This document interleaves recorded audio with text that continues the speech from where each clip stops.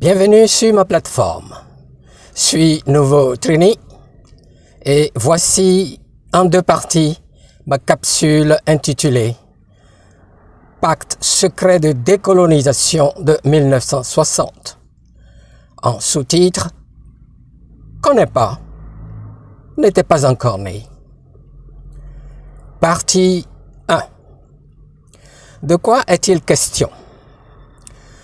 Confrontés aux exigences et critiques des diasporans et de la jeunesse décomplexée en ce qui concerne la souveraineté ou le sevrage des liens privilégiés basés sur le pacte secret de décolonisation imposé par la France, il arrive que des politiciens et politiciennes de l'échiquier politique et des piliers du monde des affaires de l'Hexagone, en guise de réponse pour se débiner ou cacher leur ignorance, clament « Pacte secret de décolonisation ?» Je ne connais pas, je n'étais pas encore né.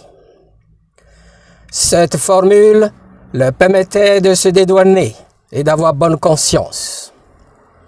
Le paradigme existant, faisant leurs affaires, le maintien du statu quo, dérange-t-il leur conscience si elles en ont une?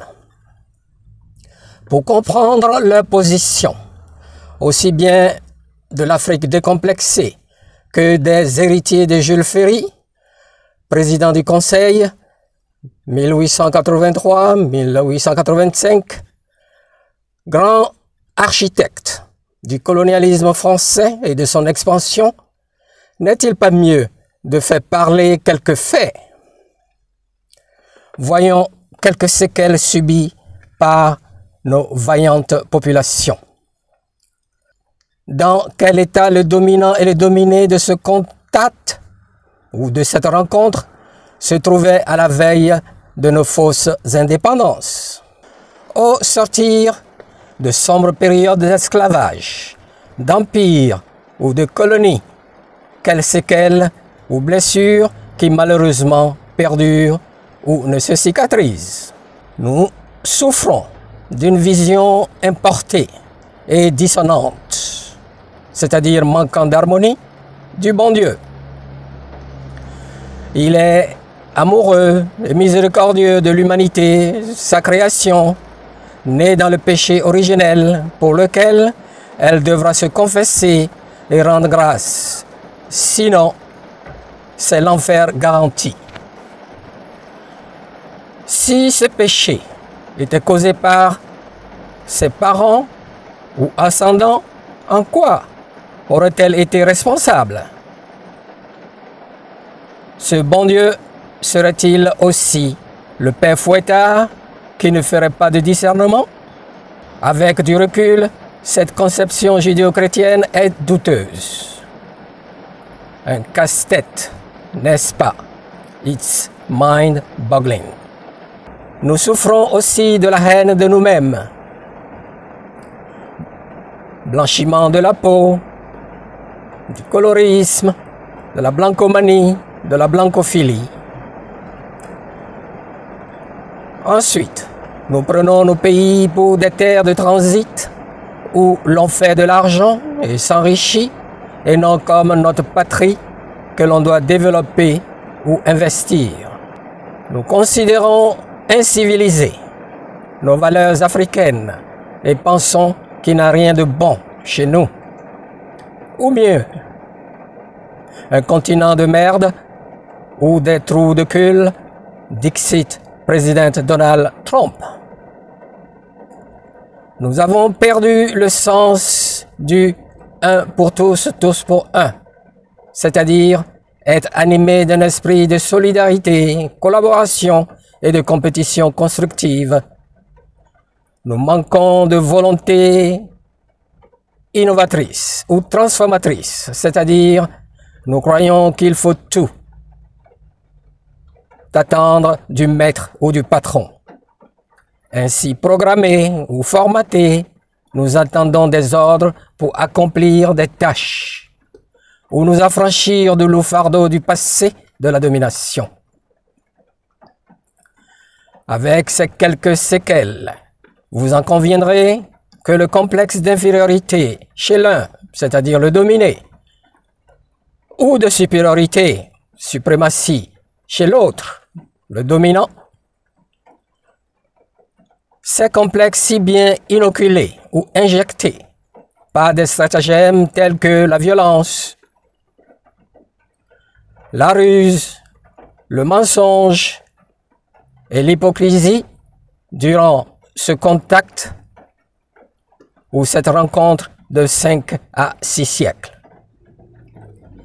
Ils ont fait leurs ravages, qui sont la méfiance, frustration et le ressentiment chez le dominé, et chez le dominant, le vampirisme, la vanité et l'arrogance.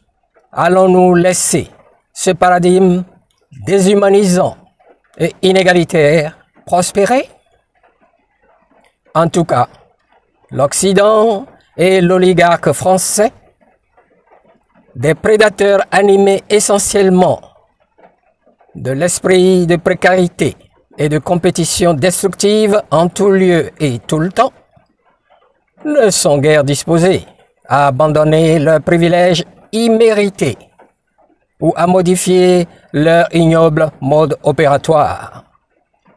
Tout au plus, ils nous roulent dans la farine, faisant une retouche par-ci, par-là, par de soi-disant aides, dons, bourses d'études, assistance, changer de dénomination aux institutions ou à la monnaie, CFA en écho volé à la CEDEAO pour se donner une bonne conscience de judéo-chrétien ou de civilisé.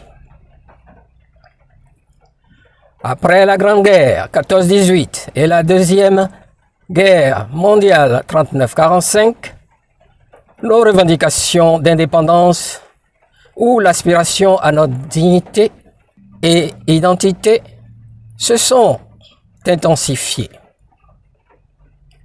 Ainsi, confrontés, se mettre successivement esclavagistes, empereurs, puis colonisateurs, à trouver à contre-cœur, ou malgré lui, l'outil du pacte secret de décolonisation ou de vassalisation de 1960 pour se garantir une longue durée de son enrichissement à nos dépens. Et à l'inverse, à générer sans état d'âme notre appauvrissement assuré et des migrants qu'il nomme sournoisement les déchets aux misères du monde. Voilà le piteux état qu'offrait notre contact au rapport de dominant à dominé quand sont survenues nos soi-disant indépendances. Auditeurs et auditrices, qu'en dites-vous? Nous sommes arrivés à la fin de la première partie.